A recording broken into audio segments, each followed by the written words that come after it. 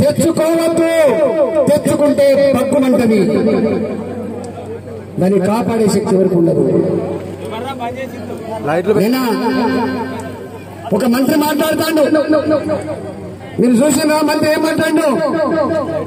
ఏమంటాడు తెలుసా? ఈటల రాజేందర్ మీద 13వ తారీఖు 14వ తారీఖు ఎవరో దాడి చేస్తారట. ఆ దాడి చేసే వాళ్ళు బీజేపీ వాళ్ళే ఉంటారట, వాళ్ళు నా వాళ్ళే ఉంటారట, రక్తం కారుతాడట, కట్టుకుంటాడట, ఊళ్ళో పోటీ ఏడ్చుకుని తిరుగుతాడట. తిరుగుతారా ఈటల రాజేందర్ అంటే ఊళ్ళు వేసుకుంటారు? ఈటల రాజేందర్ అంటే వేసుకుని తిరుగుతారా? ఈటల రాజేందర్ సవాలని చెప్తారు కానీ ఏడుగురు మాత్రం. అరే ఇప్పుడు ఎందుకే మా ధర్మాన్న మేమిద్దరం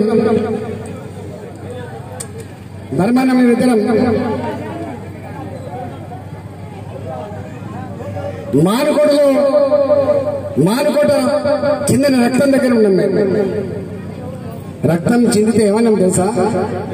అరే మా రక్తం మరకల మీదనే నీ నడక ఉండాలి, అప్పటి వరకు పోనీయమని చెప్పి శపథం చేశాం. మేము ఇవాళ ఇక్కడ కాపు రెండ పని చేస్తామా? మాకు మేమే దాడి చేయించుకొని, మాకు మేమే కట్టుకొని, మాకు మేమే ఏడ్చుకొని తిరుగుతామా?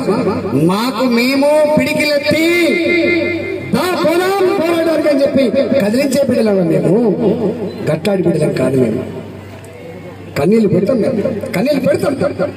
పేదలకి ఏమన్నా ఆపద వచ్చినప్పుడు, పేదలకు ఏమైనా దుఃఖం వచ్చినప్పుడు ఆత్మలకు కన్నీళ్లు పెడతాం కావచ్చు, కానీ పదవుల కోసం మాత్రం కన్నీళ్లు పెట్టాం. పదవుల కోసం కొట్లాడతాం, మా హక్కు.